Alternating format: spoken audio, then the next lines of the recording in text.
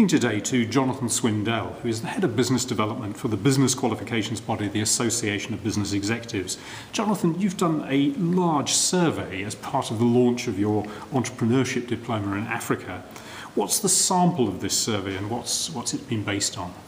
We sampled 12,000 of our students in Africa. They are students studying our business qualifications in our accredited colleges there. So they were a good sample base for us to question and to find out their views on entrepreneurship. And 95% of the sample saw themselves as setting up a business in the not too distant future. Why do you think that such a large number want to set up their own business? I think that's indicative of the high unemployment rate in Africa, and that our students out there are thinking that in order to get ahead in life, they're going to actually have to set up their own business if they can't find a job elsewhere. You asked them who the most admired business figures were, and the results were Bill Gates 37%, Steve Jobs 17%, and Richard Branson 10%. Why do you think these results came out the way they did? I think it's unsurprising. I mean, these are all names that we know well and that are always in the media.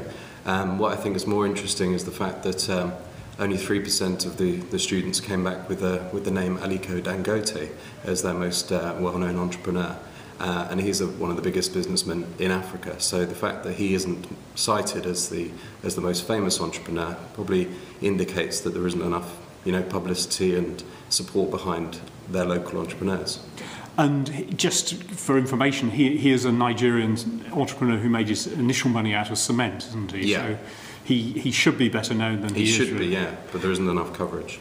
And what were the key qualities that they identified as being necessary for an entrepreneur? The main quality that they identified was innovation and creativity. Why do you think they chose that particular quality?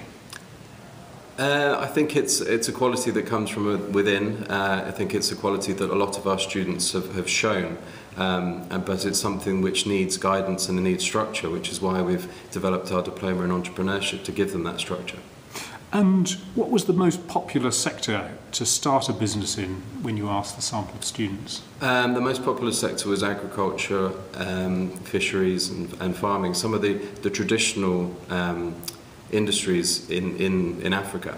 And what I was surprised by, that was 20% of the sample, but technology was only 8%, and it's always seemed to me that technology had an enormous amount of energy behind it in Africa. Yes, that's true, and it does, and the technological infrastructure is definitely improving throughout Africa. But I think students in Africa focus on the industries that they're most used to, and the family and the industries that their families work in, and which is why these industries have come out on top. What were the two things most needed from government to support growth of the economy? The most important thing was better government regulation and reform to their regulations. And that was 74%, and the other one was? Was improved education, which came in at 43%.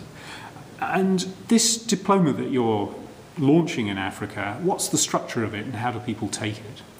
The diploma, it's a level 4 diploma in entrepreneurship, and it contains 4 units which are all assessed by examination. Students will need to register with a local ABE college where they will receive their tuition to take the programme, and then they will sit an examination set by ABE in a local examination centre. What does local 4 mean? Sorry? So what does level 4 mean? Oh, level 4 is the level, the QCF level. All of our qualifications are regulated by Ofqual, and they all form part of the QCF framework here in the UK. And how is it possible to teach entrepreneurship? That's a very good question. I think, as I said before, we've noticed that our students, not just throughout Africa but across the globe, are showing high levels of creativity and innovation. And as I mentioned, I think that needs channeling. They need some structure and some guidance in order to put their plans and their dreams into action. So therefore our programme contains things such as how to write a business plan, how to source funding, and then how to market your product and your business.